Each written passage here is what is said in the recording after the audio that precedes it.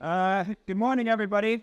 We're going to go ahead and get started now, just so that we can get through a lot of interesting content and hear from our panelists over the next hour on time. I'm going to sit back down, I think. But anyway, my name is Dr. Keegan McBride. I'm a lecturer in AI government policy at the Oxford Internet Institute, and I'm going to be moderating this panel today. We're really lucky to be joined by four great panelists.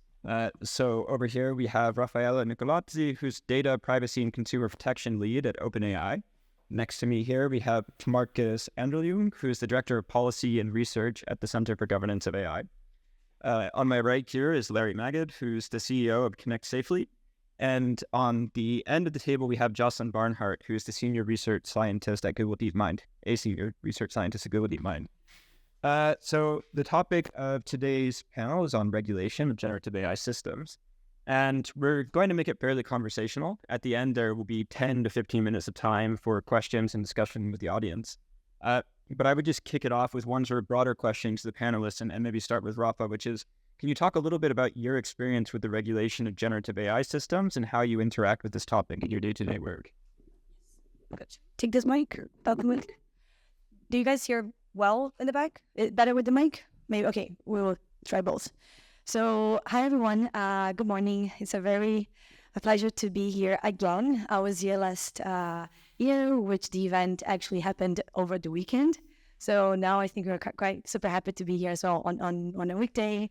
So yeah, so to your question, Keegan, my focus at OpenAI is on data protection and privacy regulation across Europe, right? And I mean, we all know that GDPR has been there for years, a technological neutral regulation, this age of intelligence, right? We even heard the keynote speaker talking about it, is raising a lot of excitement, but at the same time, anxiety. So right last year, when I was here, I started my observations talking about the fact that I think we're living in an era with way more questions than answers. And I think that still remains valid, right? We may have more opinions, we may have more knowledge, but I'm not quite sure if you have all the answers to get this very right. I'm also based in Brussels, I didn't mention that, which makes me see how organizations are facing a lot of complexity around the legal overlaps. Is this all right? Is this normal? Shall we continue? The Brussels mood? Absolutely, yeah, this is the noise we have when you go to the commission. So indeed, we see AI Act, we see GDPR, DSA, Data Act, so many of these regulations coming together. In fact, there was a Bruegel study that showcased that over the past 5 years, in the digital ecosystem, there is currently more than 100 laws that have been enacted by the EU. And I think even though these organizations are facing a lot of uncertainties, including the one that I work with, any organization here should think about 3 things in terms of regulatory approach. I don't know, that's much better. But Keegan, should I stop here and then do like a quick round of intro? Do you want me to continue? Should I stop? Hello, everyone. Yeah, I'm Markus Anderljung. Yes, I work at the Center for the Governance of AI. We're sort of a nonprofit research organization. We're primarily focused on and have been for about 6-7 years or so on what the sort of impacts of sort of the most advanced AI systems might have on society. 4, 5, 6, 7, etc. And trying to understand what kind of policy responses that might warrant, both from companies, what sort of responsible behavior it might look like, but also from governments. And then I guess my view is that these AI technologies, they are going to sort of continue developing, going to happen all kinds of fantastic things. But as with any sort of new important technology, I expect that we'll need to sort of adapt our regulatory systems a decent amount, and governments will need to play an important role in sort of steering this technology for the better. And so one area where I've been focusing primarily there is thinking about what kind of regulation makes sense for sort of the developer, sort of the most powerful systems, sort of frontier systems that sort of will, in my view, lay out the basis of a lot of what AI applications in the real world will look like. And so, yeah, I'm sure I'll give a little bit more detail about that later. And then maybe another thing that's useful to mention is sort of one of the big things that's happening in that domain is the sort of only sort of rules that are sort of specifically about, models like 5401, etc., are the ones that were passed in the AI Act. those are quite not very detailed. And so one thing that the AI office did, or that was done in the AI Act, was to say these are going to be further specified in a code of practice.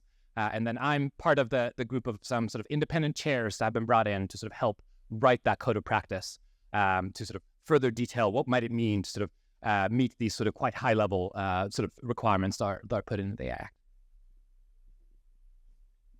Act. Good morning. I'm Larry Magid, and as was mentioned, I'm CEO and co-founder of ConnectSafely.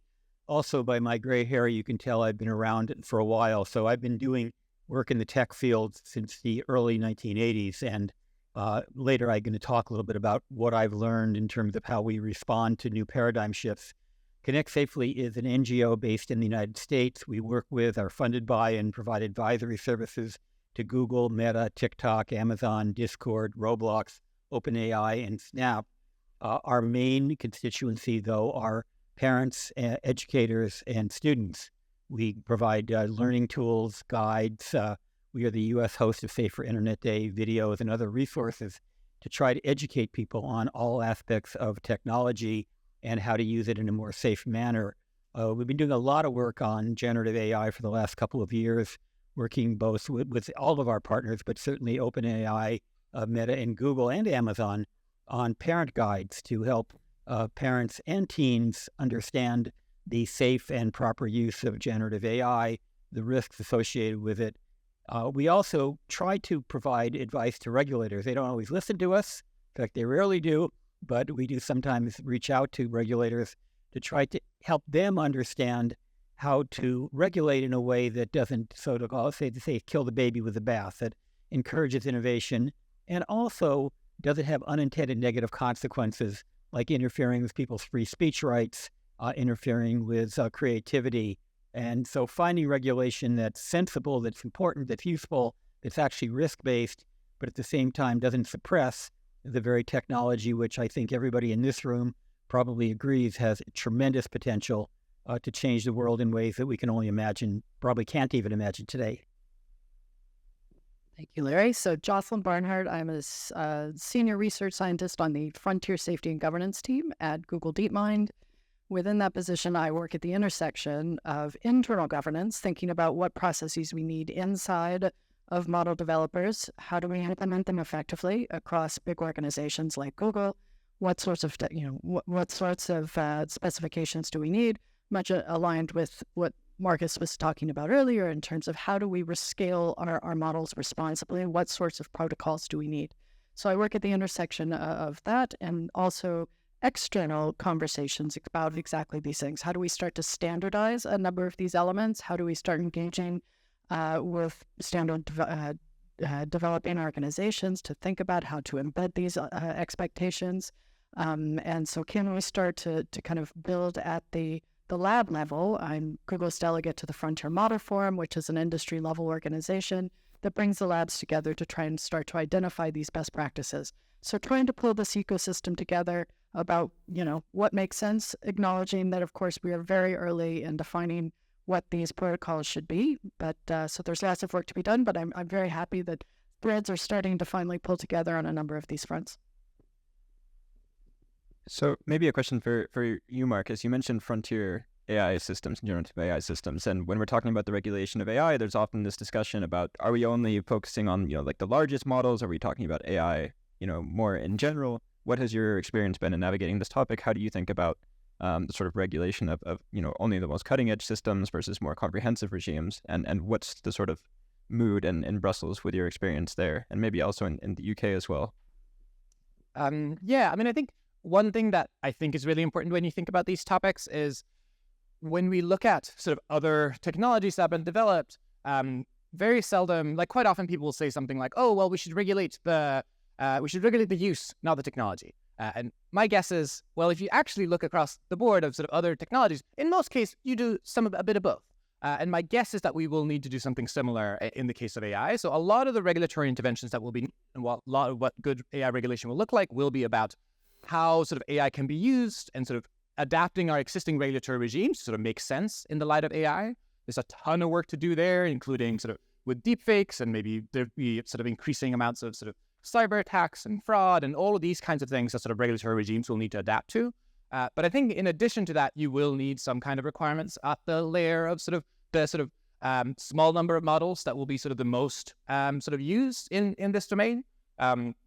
And my guess is that it makes sense to sort of focus primarily on sort of a small number of models, on the models that are sort of the most highly that use the most sort of compute or otherwise sort of the most capable, and are sort of seeing the widespread use.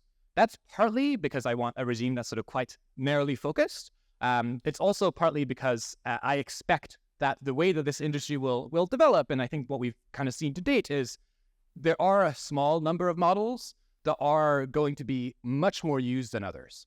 And it's going to be very, very difficult for actors to really compete at the frontier of these models. And so I expect that, therefore, sort of a regime that is particularly focused on sort of some of these models that have sort of the most capabilities, also those models that sort of have the most chance of sort of showing capabilities that might be of sort of national security concern.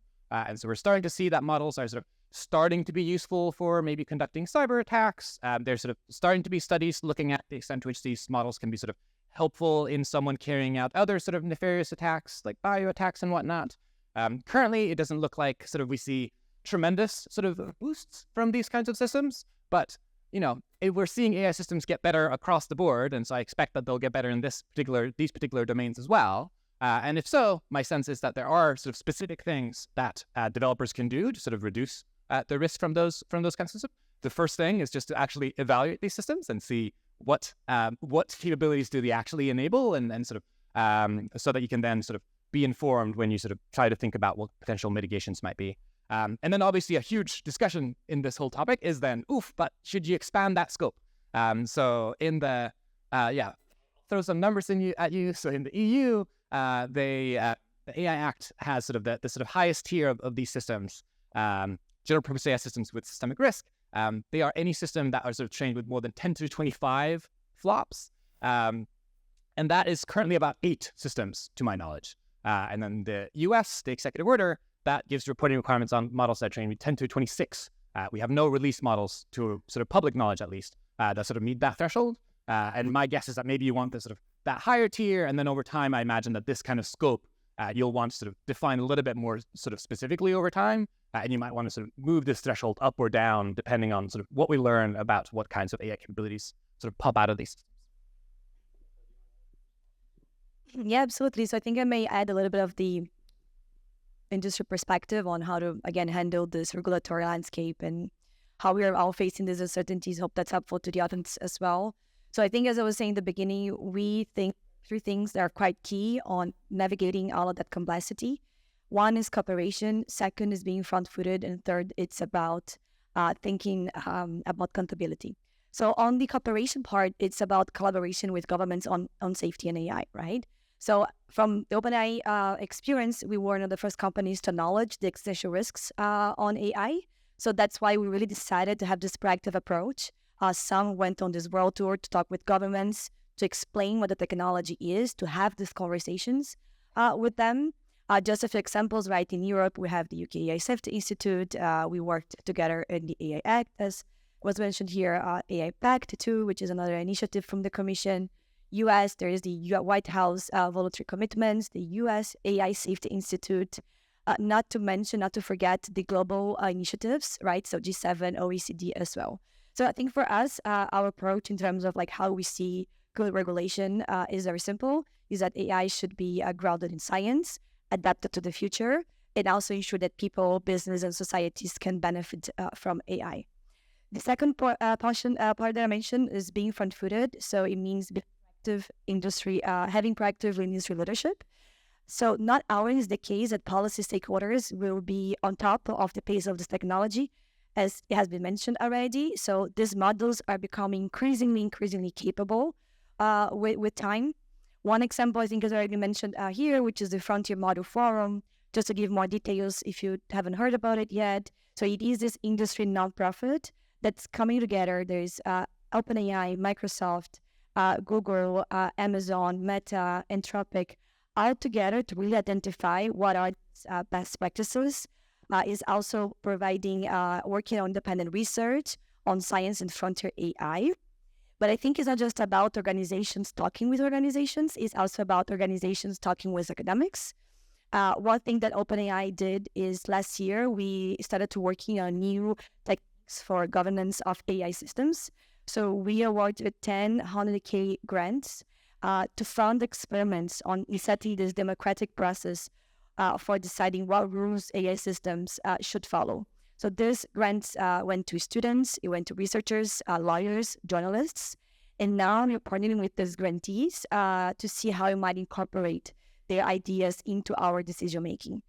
And last but not least, it's the accountability that I mentioned. So how do we demonstrate accountability in AI development? So it means that you can only say that you're developing responsible AI, you also have to demonstrate it.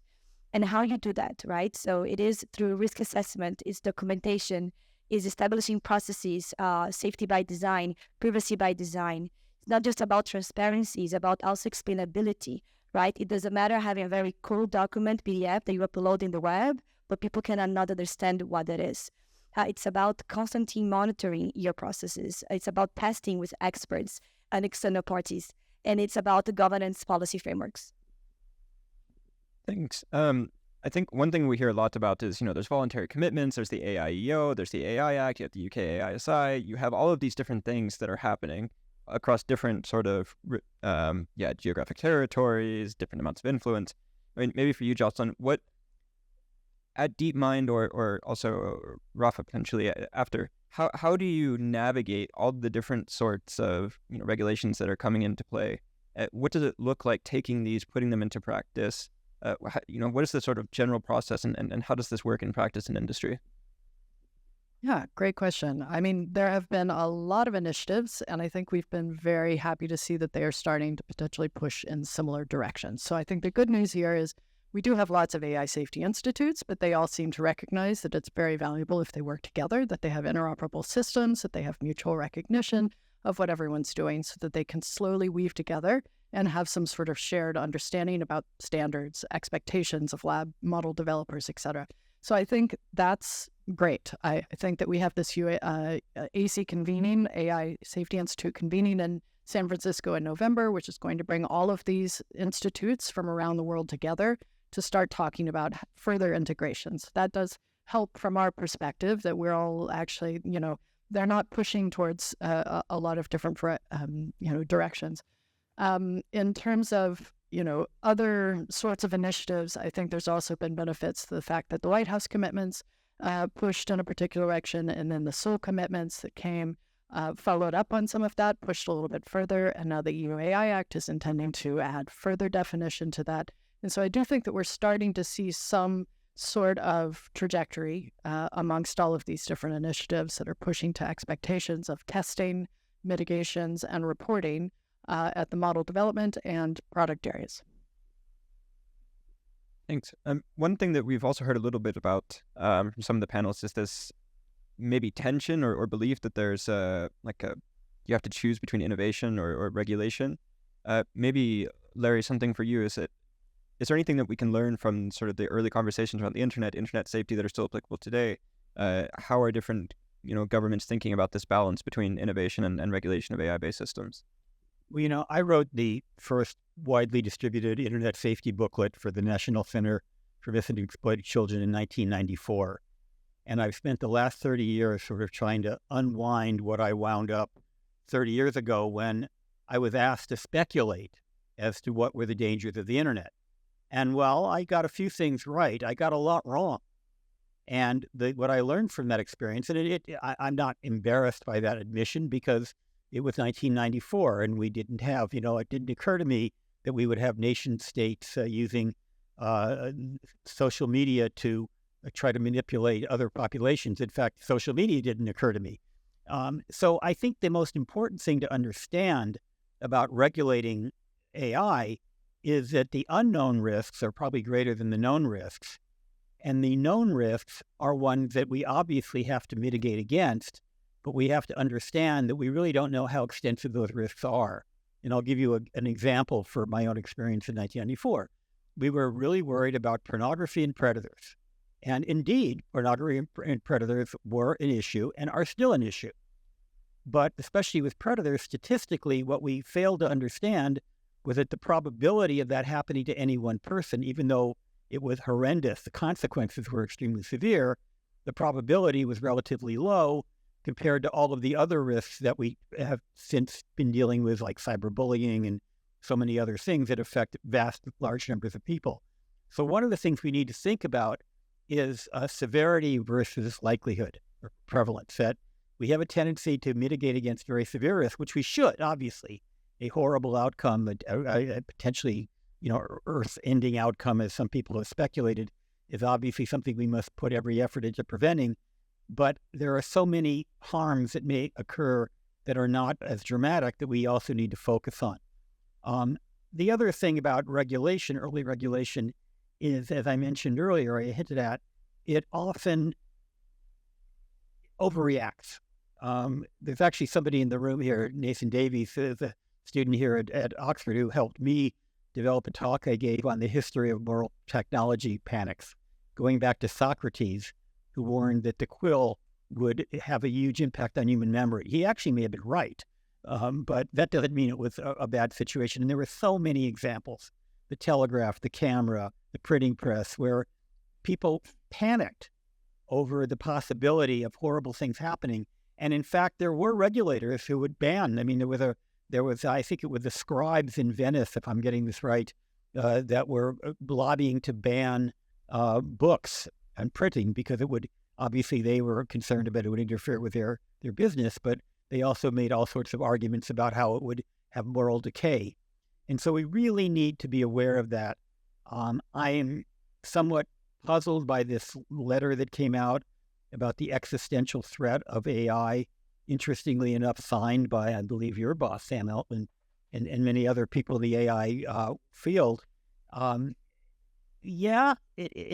It may be on something could happen that puts it on the same level as nuclear war, as climate change, but probably it's going to be very different than that. And so I just think that regulators need to kind of take a deep breath.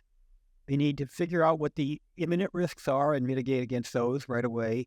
And they need to think about the long-term risks and not overreact and overregulate before we know what's going on. Now, I know you could always argue that it's better to, prevention, ounce of prevention is worth a pound of cure, but sometimes it's difficult to know what it is you're trying to prevent.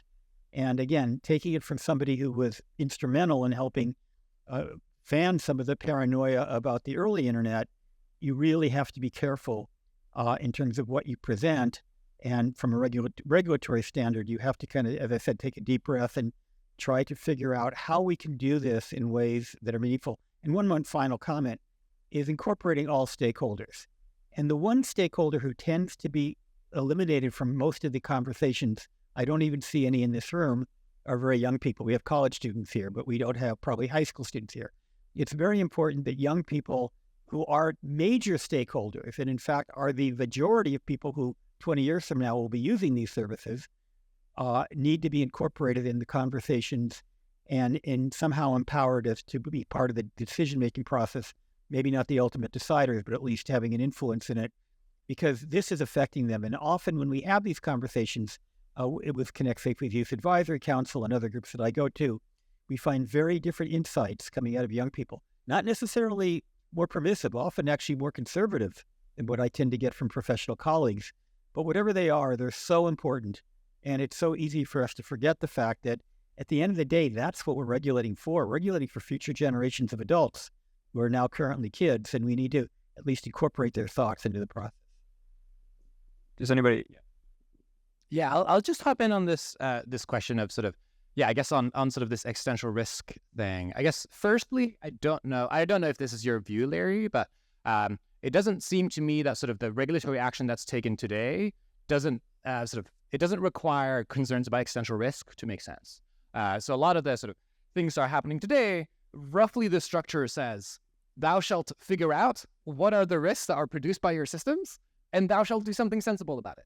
And so a lot of the work that's happening in these sort of AI safety institutes are being set up, and the kind of thing that will be sort of into this sort of code of practice and whatnot. A lot of that is about things like national security risks that come via misuse and whatnot. And I think that stuff, is just quite nearby, and it is sort of warranted given what we see in the technology today. And then maybe to give a sense of sort of what I expect. So the statement that you were referring to, it's from the Center for AI Safety. The statement, I can't remember it correctly, but it's something along the lines of that sort of the sort of risk or the catastrophic risks from AI are on a par with things like climate change. And I think that's a pretty plausible statement. I think the statement is true. And the statement, sort of the reasoning behind that, I think it's a few different pathways that people have in mind. One is this sort of just misuse pathway. So AI systems might just make it a lot easier for people to do various kinds of nefarious things. That seems quite plausible to me that will be the case. And then I guess there's sort of more longer term concern, which is more something like, well, over time, AI systems do more and more tasks that humans do today. And over time, it'll make sense to outsource more and more of those things. And if that process ends up going wrong, that doesn't seem particularly good. And I can imagine that ends up looking something like an existential risk. Maybe not in the sense of like literally every human is dead, but in the sense of sort of we've lost a lot of the potential value that sort of we could have gotten from this technology. Yeah, no, I'm not arguing that the risk doesn't exist. I guess I'm arguing that focusing and I also am not arguing that the current regime isn't sensible. They're actually at the level in which I think folks in this room are operating. It does seem to be based on reasonable precautions against reasonable risks. I worry more about the moral panic in the population. When I go and talk with people, there is a great deal of misconception of what is, what are the risks. I mean, people have seen the Terminator and, the robots going around going crazy, killing people. And there is this genuine sense that actually may happen, and maybe it will. But, I try not to lose sleep over that because there's plenty of other things I can lose sleep over that probably will happen, or at least have a high probability of happening. I think. No, just to build on this, I do think that's why a lot of the effort right now is on model evaluations. Like, how do we evaluate models effectively so that we can figure out what they're capable of, so that we can address all of this? So, we have model evaluations for all sets of risks. We don't have to choose amongst those risks to figure out what we want to evaluate and mitigate against. And so I think that's why we have investment across the board here. There's a lot of work to be done to how to effectively evaluate models to make sure you really know what they can do, because of course we know that a lot of this is about unknown risks, as Larry was saying. How can you evaluate for things you don't know about yet? So that's definitely an issue. But the good news is, we can develop evaluations across the board. Then the question is, what are the mitigations that are necessary? What should we put in place to make sure those risks don't exist? And actually, I think this is a conversation that will undoubtedly extend outside of labs, as it should, as we figure out as a society what we want our models to be able to do. And so it's one thing to evaluate. It's this other part of thou shalt not harm, right? And so what is this acceptable level of harm? Perhaps it would be helpful if I say how we kind of try to put all of that into practice when we were building O1, which is, as you may know, the most capable model that we have at the moment at OpenAI, but is also the safest model that we have. And just for context, for those who haven't heard about it yet, we launched it for the market in September. So it's not a new model, right? It's a technique. So it allows the model to think for longer. And because it thinks for longer, it gets better at answering problems, complex problems, especially in the realms of science, mathematics, and logic. So that's the one. And before we making that model available to the users, we did 5 things. And I think we took those 5 things very seriously, which I think it brings all of the things we discussed here together. So number 1 was rigorous testing. So both internal and external evaluations to measure disallowed content, demographic fairness, hallucination tendency, and dangerous capabilities. The second one was external experts and red teaming. So for that, we worked with more than 10 external organizations and experts from very different fields to really challenge the model, right? I think just as was mentioned here, it doesn't matter if we do all the testings alone in your lab. You need different people that will think differently and try to challenge and try to abuse in different ways that you didn't think of. The third one, it was bringing more advanced safety features. So we built new safety mechanisms like blacklist and safety classifiers into every stage of O1 development. So that included systems that help AI follow specific guidelines and then avoiding generating appropriate content. The fourth, which really speaks a lot to my heart and the things I really enjoy doing it in my work, which is showing the work. So in that case, it means the system card, which is this public document that really details all the safety measures that we have implemented. So again, we wanted consumers, people, organizations, governments to see exactly what was done to make this AI trustworthy. And 5 is government partnerships. For one specifically, we formalized partnerships with the US and the UK Safety Institute.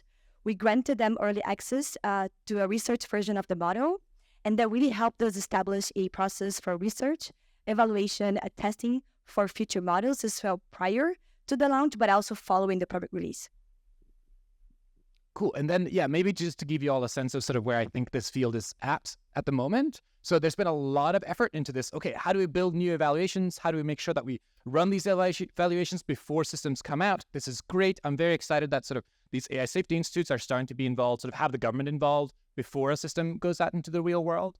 I think the next frontier is kind of the stuff that Joslyn was talking about. So it's one thing to test your model for something, to run a certain benchmark on it and whatnot. It's another thing for that to mean something about the real world. That's a really big gap that will require a lot of research, a lot of thinking to figure out, okay, well, I found that the system scored such and such on this benchmark, or, Yo Schmo managed to get the system to get to do Y in this particular context. But what does that actually mean in the real world? That's one of the really, really important bits of validation that will need to happen here. And then the next thing is sort of figuring out, okay, well, given what the system can sort of what its impact in the real world might be, what might that mean for sort of what is sort of normatively acceptable or not? So what kind of thresholds might be okay or not? And sort of one thing I think would be really, really exciting for you all to do here is to just look at what these companies are currently saying about these questions. So a lot of these companies, they're starting to develop and publish what are called sort of safety frameworks or responsible scaling policies or preparedness framework, which is what OpenAI has, where they try to lay out, okay, well, if we think that our system can do X, Y, or Z, we think that's no bueno, and we're not going to put that out into market. And literally, they will have documents that will have tables that will say, or at least OpenAI has this, and Anthropic has this, like a decent amount of detail. GDM will come with more detail later, I imagine, of sort of what do we think is acceptable or no. And there will be sentences there that will say, if our system, I don't recall exactly what's in the preparedness framework, but it will say things like, if our system will sort of significantly increase the chance that a STEM graduate is able to synthesize a dangerous pathogen, we think that's not okay. And we won't sort of have a system that can do that deployed into the real world. And these kinds of judgment calls, I think, will be really, really tricky to get right. And people like you all in this room, I imagine, should be involved in that process. So this is kind of a warning to consumers. There's an interesting paradox, which is the better a system becomes, in some ways, the more dangerous it is. And I'm going to give 2 examples. I've had a Tesla with full self-driving now for many years, thousands of miles. When I first got it, when full self-driving beta first came out, I watched it like a hawk because it made a ton of mistakes. And if I wasn't totally on top of it, I would die, probably on a daily basis, although you only get to choose that once. Now it is so good that it's very tempting to just leave it alone because the probability is very high that if I drive from my house in Palo Alto 40 miles to San Francisco, probably nothing bad is going to happen. But maybe something will, because it's not 100%. I mean, it'll never be 100%, but it's not even 99% perfect yet. It's about maybe 95% perfect, which is pretty good, but you don't want to bet your life on a 5% error. When I first started using ChatGPT, it was kind of a joke. I mean, I was very flattered to find out that I was an Emmy Award-winning journalist, but it wasn't true. And there was just a ton of false information. Now when I use it, I hardly ever notice a mistake. Now, it could be that it's making mistakes and I'm unaware of it, but if it's important information, so for example, about a month ago, I had an infected thumb and I was in Prague and it was the middle of the night. I had no access to medical care. ChatGPT advised me on the potential antibiotics I could take, and I happened to have one of them with me. But rather than rely, literally bet my life on a chatbot, I then went to clevelandclinic.org and Mayo Clinic and National Health Service in the UK and vetted and researched it, and it was absolutely right. I took the antibiotic and my thumb got better. But the fact is that because it's so good, it is so tempting to rely on it. And I think it's more important now than ever, at least at this stage, to vet anything that AI tells you, because as tempting as it is to trust it, because it's pretty trustworthy, we all know that it's far from perfect. So I don't know when we'll get to the point when you literally are going to be able to bet your life on it. But I don't think we're quite there yet. We're making the evaluation. So Yeah, so I have been close to the process and tide of Google DeepMind that is developing our frontier safety framework, which is this thing that keeps getting referenced, which is how we devise evals, what we do with those evals, how do we connect the results of those evaluations to certain sets of mitigations. These mitigations may relate to safety protocols that we put in place. How do we, what are certain classifiers or filters that we want to put on our models to make sure that they don't get launched with certain capabilities, and eventually security mitigations, right? That we will think at some point if models become increasingly risky, we may want to, in essence, limit access to who has, to those very capable models. So we have been working actively, as have, all of OpenAI and Anthropic, and now actually 16 other companies signed up for the SOL commitments, which essentially, voluntary commitments to what this process we are describing, right? In essence, sets of evaluations, rigorous testing, connecting that to some sort of internal mitigation structure that is outlined beforehand, then essentially enforcing those mitigations and not putting a model out the door that does not have mitigations prepared or is not essentially gone below the threshold that has been identified.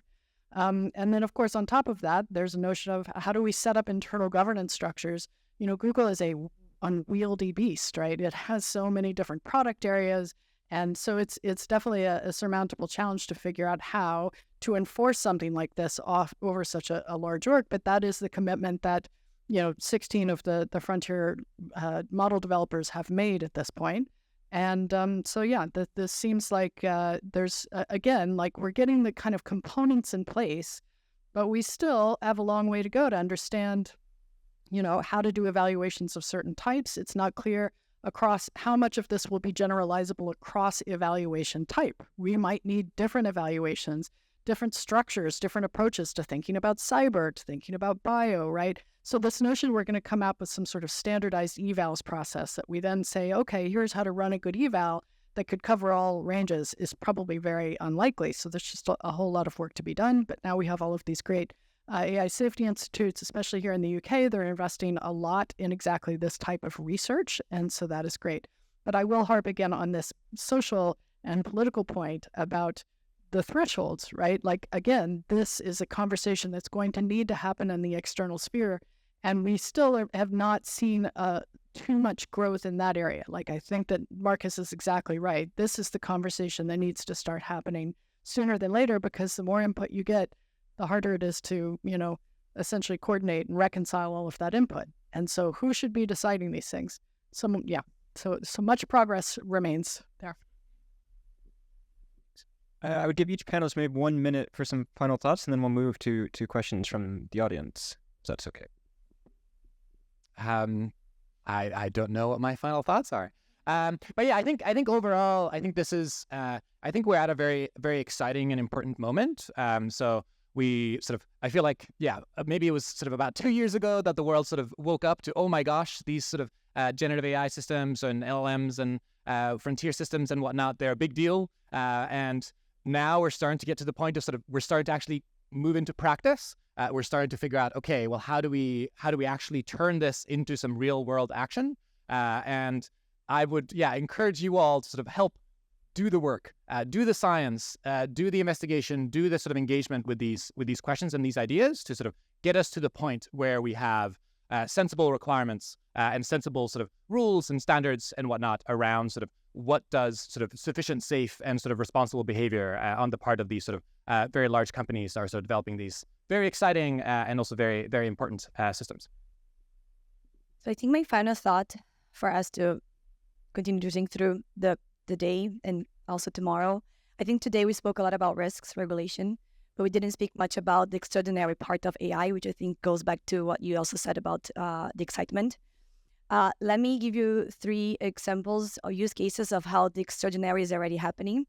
One is the Danish startup called Be My Eyes, So Be My Eyes, for those who haven't heard about them yet, they are a GPT startup. They're using GPT as their baseline to provide tools for people with vision impairment. I have a friend, and he's an academic, and he has vision impairment, which is making it harder for him to read and do his research. And recently, because he has this app in his phone, he managed to pick a flight and give lectures and use all this connectivity around the AI. The second one, which I really like, is called Color Health. And they're using GPT-4o for cancer screening and treatment. So what would take doctors weeks to analyze patient records, now it's taking them 5 minutes. And the third one that I have in mind is called Digital Green.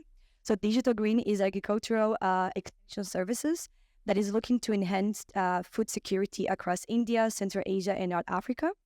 And the result has been so far a drop in the cost of providing agricultural extension advice to farmers from $35 to 35 cents.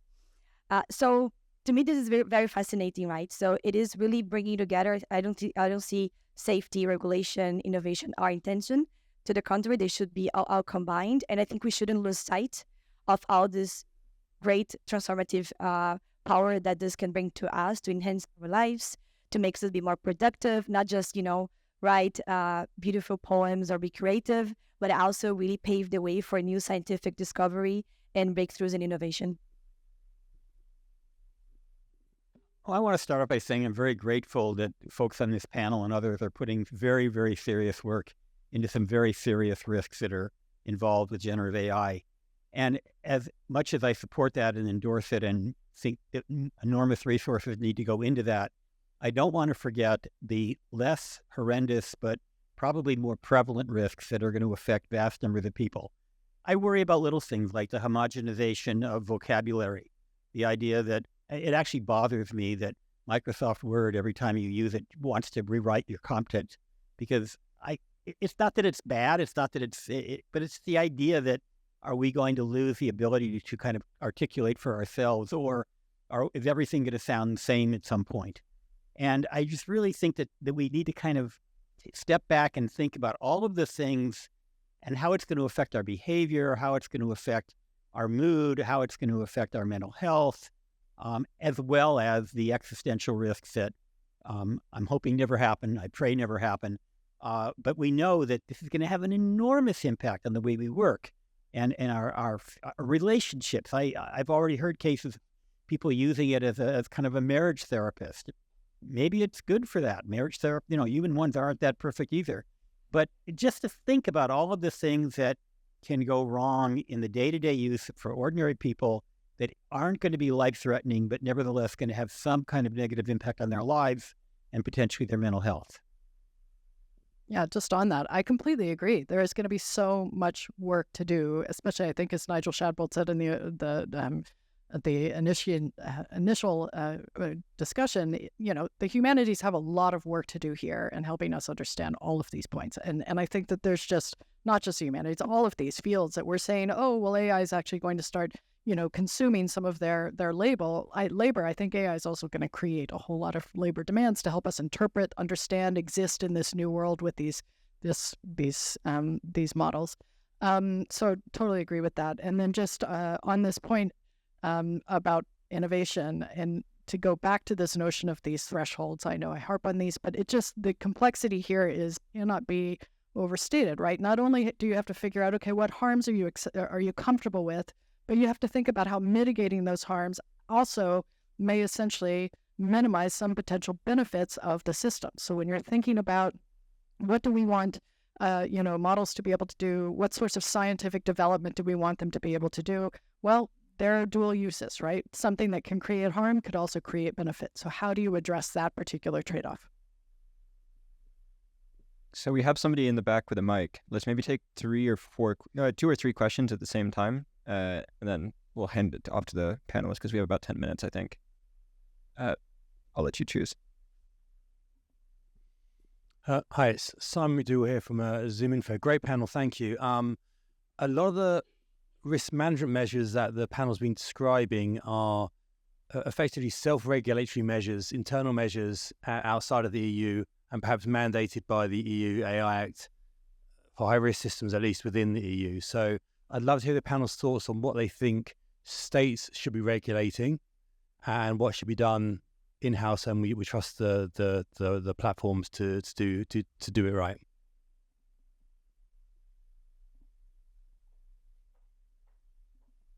Hi, my name is Dina from Bubble AI. I wanted to actually, I have a question for the last point with who should be having which conversations. And I wanted to ask, because we see technology companies and academia coming more and more together, but the lack of society being involved in that. And I would want to ask where you see maybe your responsibility to also foster this dialogue, bring people into the dialogue that maybe are not like enough educated yet, and also, but maybe also where other stakeholders like government and others have a responsibility to create this dialogue. Hey, I'm Peter Roger from the BBC. I wanted to pick up on Larry's point, because I think his point particularly about the accuracy or not of applications like ChatGPT or Gemini when it comes to journalistic questions. And of course, I've got an interest in that. And it's fantastic the work that you're doing to self-regulate on questions of risk and harm.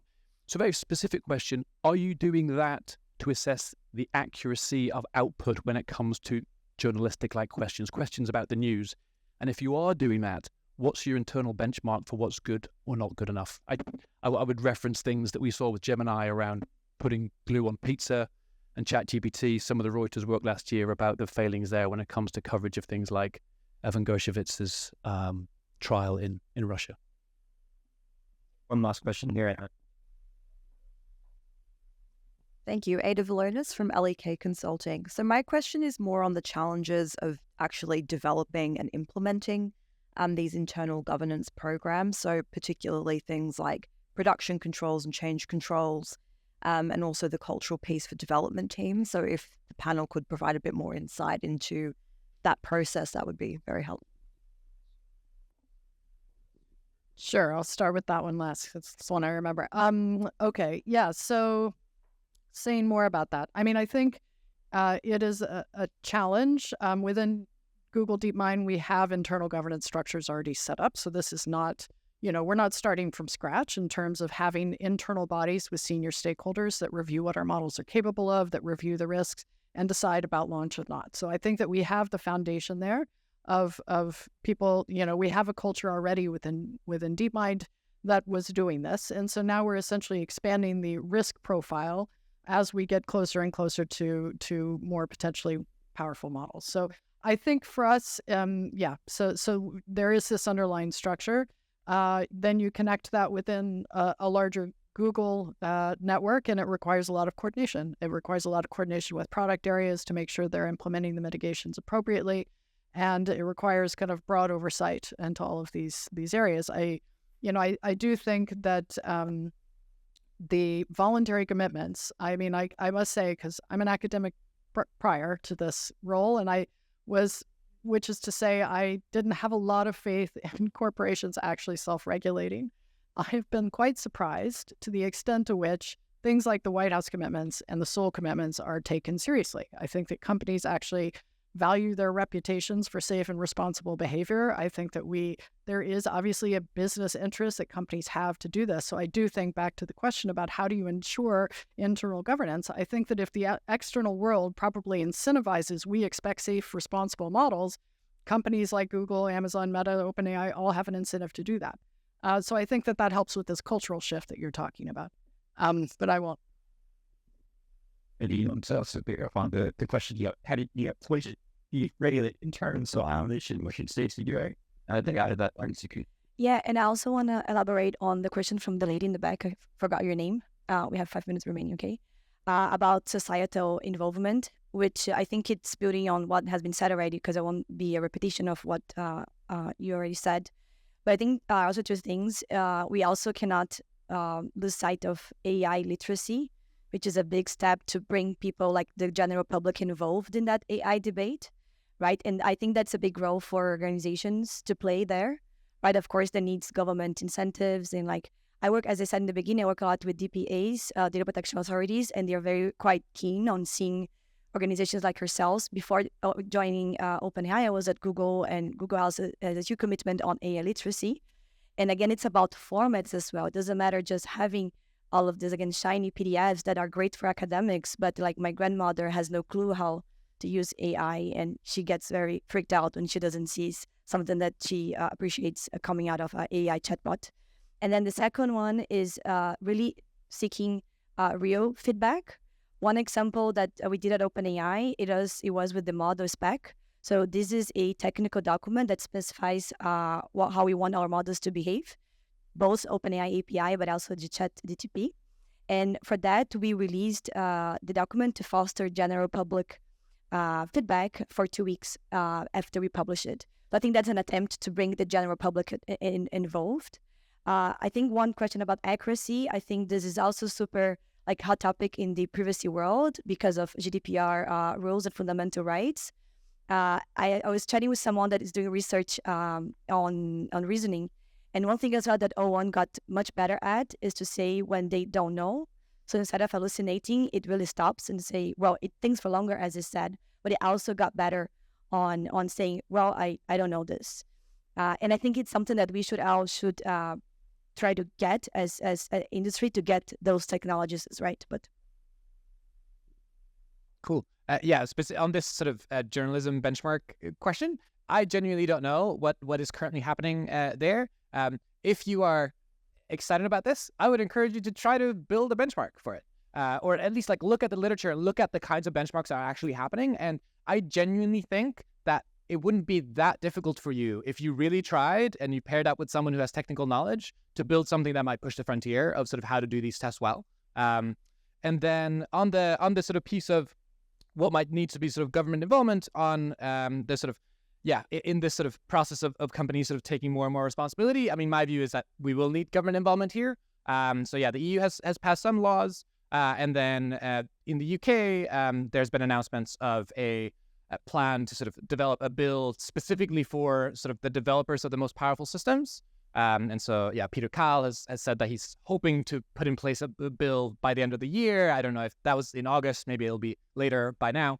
So I think that makes sense. And I think that would be really, really important, though, there, and maybe more so than in other regulatory regimes, is this is a domain that's going to move very fast and move a lot faster than other domains. And so I think you'll have a much harder challenge than you have in some other domains in terms of making sure that you have enough expertise within government to be able to make sensible decisions, and that you sort of have your approach be sort of flexible enough to also sort of incentivize companies to really, really try to sort of innovate on safety or innovate on sort of how to sort of comply and how to act responsibly in a sensible way, because we are by far not reached the point where we know how to sort of build these systems in a sort of a safe and sort of proper manner. And so we need to set up those kinds of regimes that has that.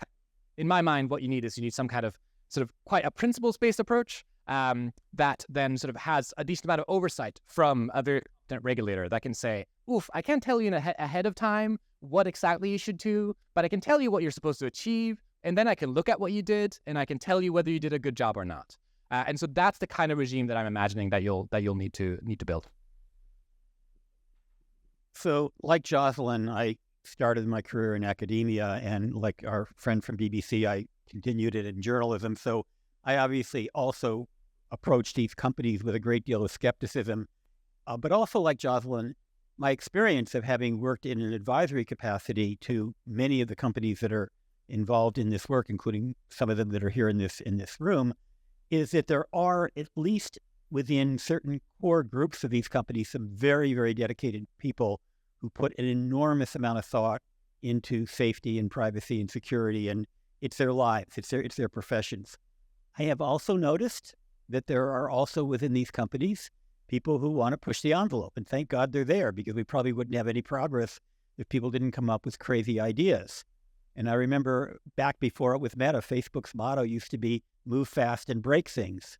And they broke a few too many things, so they got rid of that model, or that motto, I should say. But there is this tension between wanting to come up with this incredibly powerful, amazing tool and the possible unintended consequences of that tool. So as companies do this, you really need to kind of internally figure out how you do self-regulation, given the fact that within your own company, you're going to have people that are going to be pushing very hard. And I've seen that, and sometimes we win on these battles, sometimes we lose in terms of the recommendations we make to try to make these products more safe.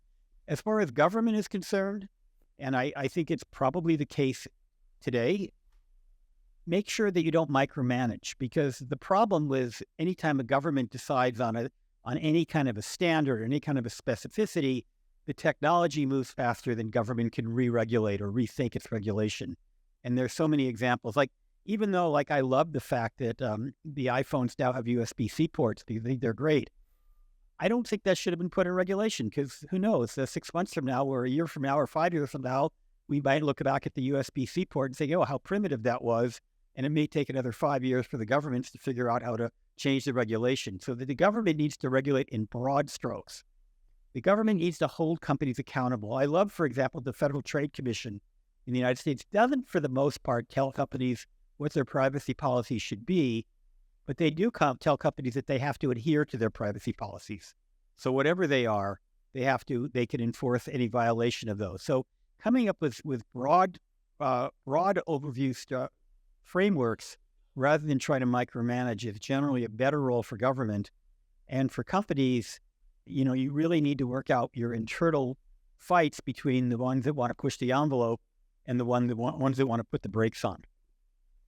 So that's all the time we have today. I would just ask you, help me give applause to the panelists. And thank you very much for coming here. This was quite an interesting presentation. And yes, have a good rest of the conference.